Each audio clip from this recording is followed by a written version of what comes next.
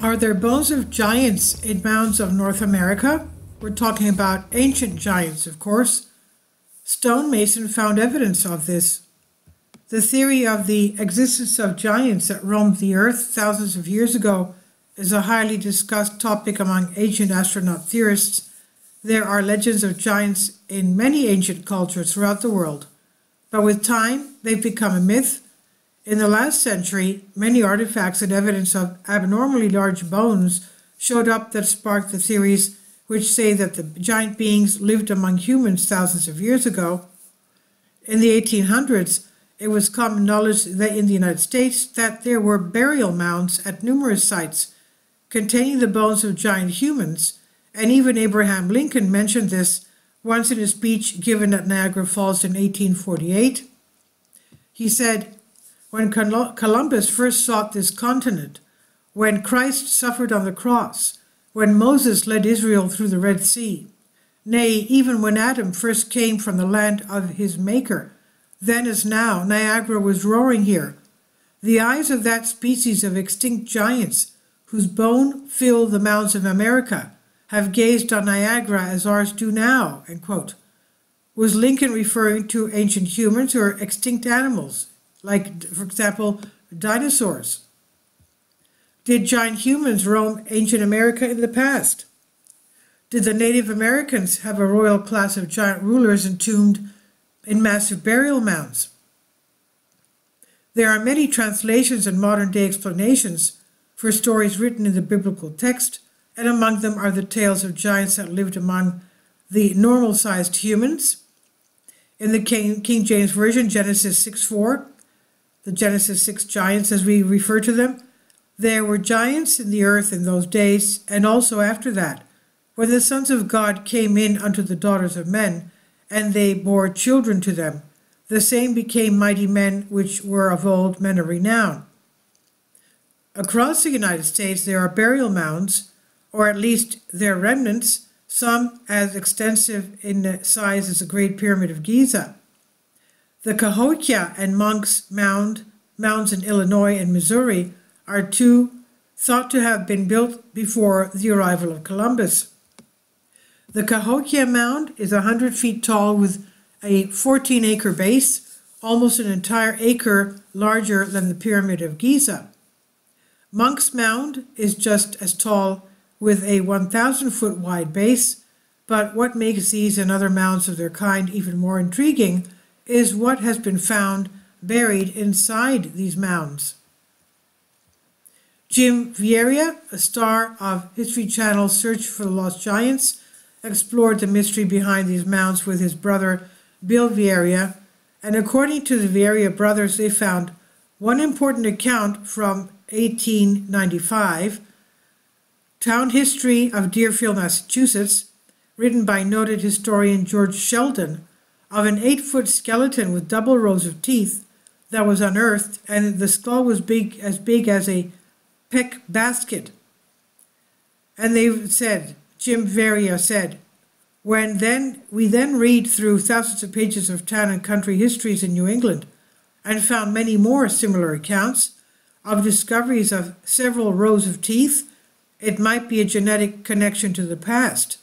I've seen accounts that describe proportional individuals 10, 11, 12 feet tall. There are multiple accounts of multiple skulls found with double rows of teeth, he said.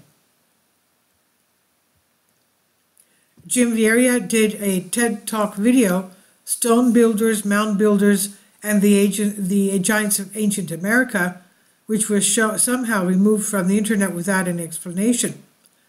Vieira, a stonemason by trade, found himself intrigued after finding a plethora of mysterious stone mounds throughout New England.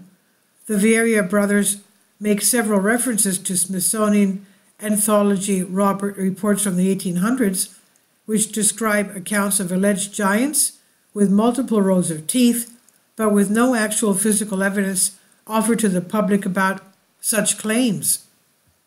Smithsonian scientists identified at least 17 skeletons that stood at over 7 feet in their annual reports, including one example that was 8 feet tall with a skull with a 36-inch circumference. An average human skull has a circumference of about 20 inches. The Smithsonian Institute is mentioned dozens of more times as the recipient of enormous skeletons from across the United States. In late 2014, an article from a satirical website claimed that the Supreme Court ruling forced the Smithsonian to admit to the historic destruction of giant skeletons. It was published not long after Vieria's search for the Lost Giants TV show that aired on History Channel. The headline read, "Smithsonian admits to destruction of thousands of giant skeletons in early 1900s. The article was convincing, and this apparent expose of the National Museum hit a chord with people." Most of the reports Jim Vieria uncovered are from well-known newspapers such as the Washington Post and New York Times, but they began their analysis with this account from the Worthington Advance, dated November 18, 1897, page 3, that describes the ethnological work of the Smithsonian Institute's Division of Eastern Mounds, and quotes the director of the Bureau of Ethnology at the time, John Wesley Powell, and the image accompanied the news report. And as part of the search for the Lost Giants show, Jim and fellow researcher James Clary investigated the account that had this heading, "An Ancient Ozark Giant Dug Up Near Steelville," which was covered by the Steelville Ledger in their June 11, 1933 report, according to Jim Vieria. The Smithsonian Institute is continuously linked to giant skeletons, or at least the lack of them. Most of the reports end in something like this: "The bones were shipped to the Smithsonian Institute for further study. This ongoing problem of the missing bones has become a matter of legend, as there are dozens of reports of the Smithsonian receiving artifacts and giant skeletons."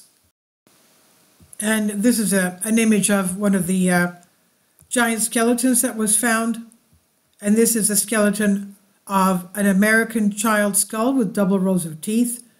And it's a giant skull, of course. And this is by Hausen and Wise by Vicky Verma.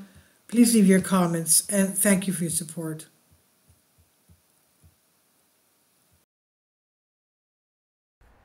Kindly support my Patreon account. The daily posts are 5 videos daily, and they are totally different from what I have on my YouTube channel. Thank you so much for your support, and that you find all my content so interesting. You'll find the Patreon account details in the description box below.